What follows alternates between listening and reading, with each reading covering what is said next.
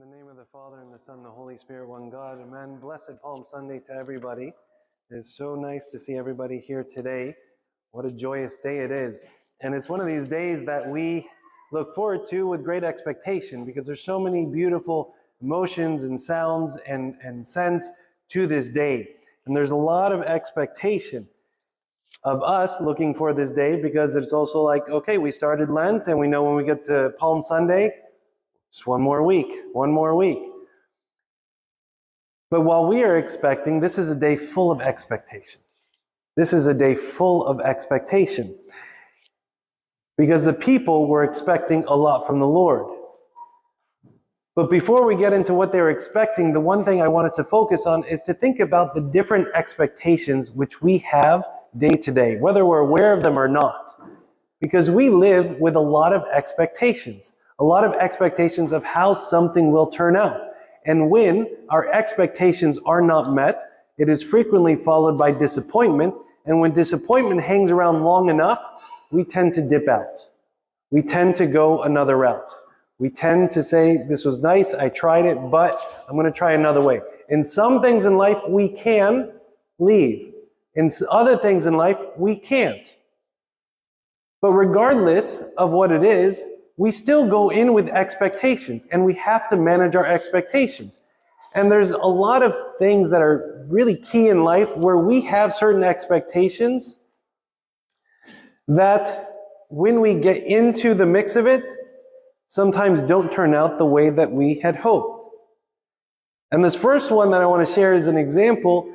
I don't want to scare anybody, but I think marriage is a perfect example of this. We go into marriage with certain expectations. I love talking to people a year into marriage. Marriage is very different than what I thought marriage was going to be. All right? And they face difficulties. It's not because of them.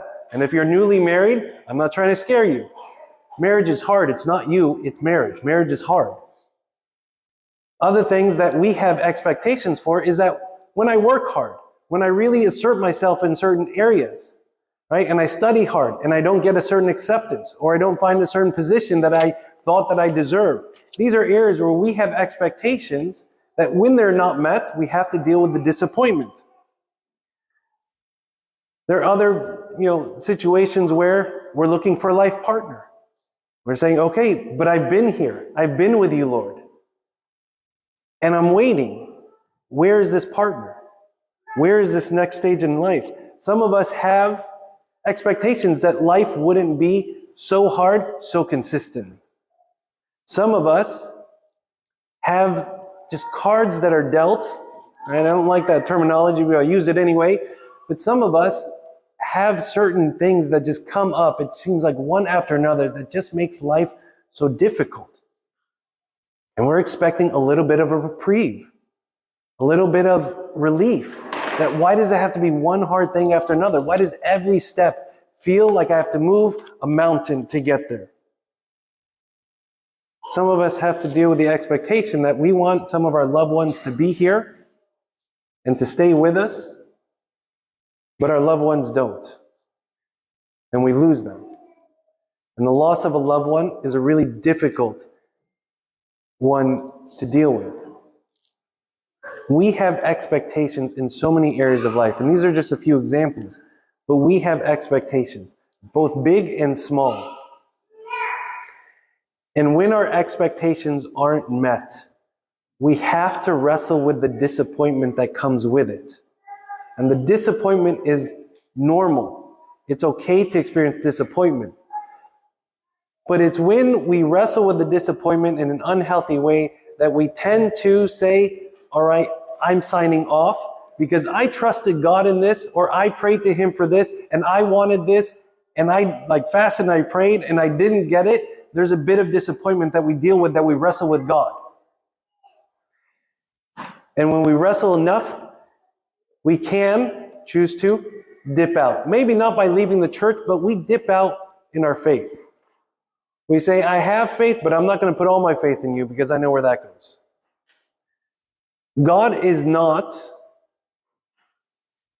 new to this idea of people having expectations of Him, on how He will act, on how he will judge, on how he will make certain situations play out. He is not surprised by the expectations that we have. And if we look at today, today was a day filled of expectations, because the people of Israel, the children of Israel, had huge expectations for this day, because it seemed like everything had finally come together. Jesus had built enough of a following. He had surprised people with the miracles. He had done so many miracles that no longer is it a surprise, but now you're kind of left with the only reasonable conclusion to say, okay, he's the Son of God. People were starting to follow. People were listening. His teachings were spreading. He had even kind of fractured the core of the Pharisees, that they were split on what to believe. And so for them, the expectation, this is the time to be done with the Romans. Because the Romans to them was a sign of everything that went wrong in life. They could blame it on the Romans. Every difficulty that they were facing, it was because of the Romans. And what did they have? An expectation that God, just like he had done in the Old Testament, would come around and free them. Right? We know the Israelites had a long battle with the Philistines, and time after time, the Lord would send somebody to come and free them from the oppression of the Philistines. They were now in this situation, but it was the Romans. And there was an expectation that finally somebody would come. And now Jesus, who had done all these miracles, had come. If anybody was going to do it, it was going to be him. He's raised people from the dead. When you have the one person who can raise people from the dead, you can go to battle with anybody. This is what they're hoping for. Finally, freedom from the Romans. And they blamed everything on the Romans. You know when you're really angry at a person in your mind, and no matter what happens in the day, you blame it on that person. Door won't open. It's this person. Laundry machine broke. It's this person.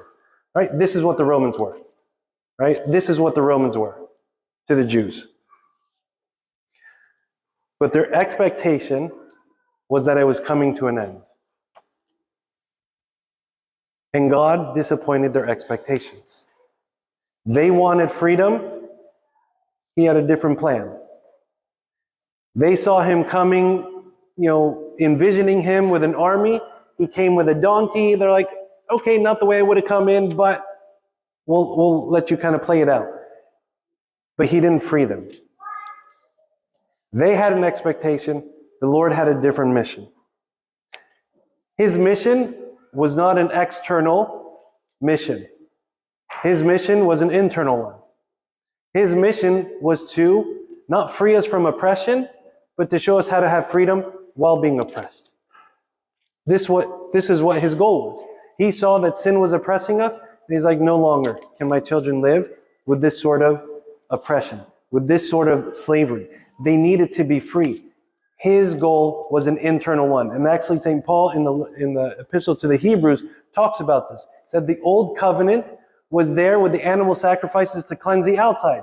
But I am here to bring the new covenant, to establish a new covenant. And the new covenant was to cleanse your conscience from the inside. This was his goal. He was looking at the inside. But in order to focus on the inside, he disappointed everybody externally. The difficulty that they were facing, the situation that they wanted to flip, wasn't going to be flipped. And some of them dipped. Some of them struggled with it. His disciples, they struggled with it. And I don't mean the immediate 12, I mean the larger group of people who were closely following him. They were struggling with the fact that he didn't free them from the Romans, and then he was crucified on Friday. They were becoming disappointed. And some of their disappointment led some of them to leave. They dipped out. But it's in the dipping out that they missed the goal. They missed what he was truly offering, which was the internal work. When we look at our own life situations and we reflect on all the ways God has disappointed us, right? And it's okay to say that. It's okay to pray to him and say, I feel disappointed. He is not going to shudder. He is not going to crumble. He is much greater than that. It is okay to share with him our disappointment. But in the disappointments that externally don't get fixed in our lives, he is through them working something great. Because when you look at the couple who just gets married and struggles in their marriage early on and struggles for a while, when they hang in there, what do they learn? They learn what it is to be self-sacrificing for somebody else.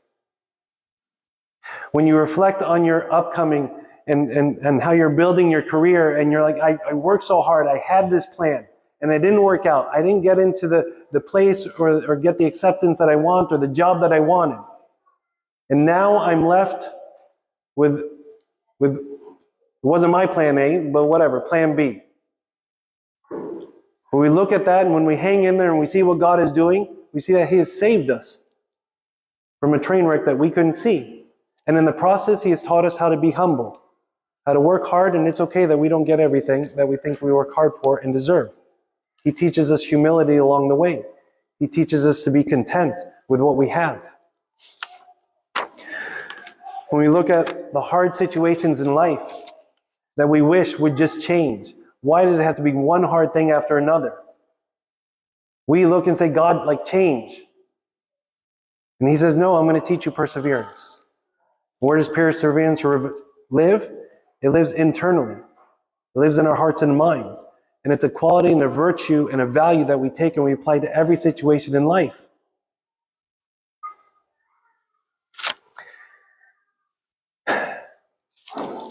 And when we deal with the loss of loved ones who, in being plucked out of a family situation, feels like a huge vacuum has been left, and we have no idea how it will be filled, how the ends will be brought together. He teaches us what it is to truly trust in Him and to rely on Him. But we find these things when we don't dip out when our expectations are not fulfilled, when we hang in there long enough. Those who followed Christ to the cross, to His ascension, to the Pentecost, and to the birth of the church saw the ultimate plan of what He was doing, saw the freedom that He was working towards internally, and they received it. They allowed for their expectations to deal with the Romans. Okay, we had hoped for that, but it didn't work out. I'm disappointed, but it's okay, because there's something else I gained. We need to be able to look at our life and say, what are the expectations I have of God? What are the expectations of what I wanted Him to do? Okay, He didn't do it. What is He working for then? What is He teaching me inside then? Maybe there's an important quality or virtue that I need to learn, and the only way is through this path. That means my expectations are going to be disappointed, but what He is teaching is far more valuable than fulfilling my expectations. It's okay to be disappointed. It's okay to be disappointed in God. But what we need to do is we need to challenge ourselves to continue to walk with Him. To trust that even though I saw it play out in a different way, I'm going to trust that You are working something far more important than my expectation. So Lord, give me the faith to continue to walk. Give me the faith to say Hosanna today. Give me the faith to mourn on Friday. Give me the faith to wait and see for Your resurrection. And give me the faith to see how You birthed the church through all of this, because You're birthing something in me. Today's a beautiful day. Okay? It's a beautiful day because the Lord is at work for something far deeper. Far deeper. And this is why we celebrate today. And He is doing a deep work in each of us. Will it come and may it come at the disappointment of expectations? Yes. But will it birth something far more beautiful in us? Absolutely. This is His faithfulness to us. And this is His mission. So in our 30-minute of silence, let's meditate on the thing that you feel God has not fulfilled your expectation. And ask for the faith to continue to walk with Him until you see what He is ultimately working. so that we may not dip on him, but really enjoy the beauty of the masterpiece that is happening internally. And glory be to God forever.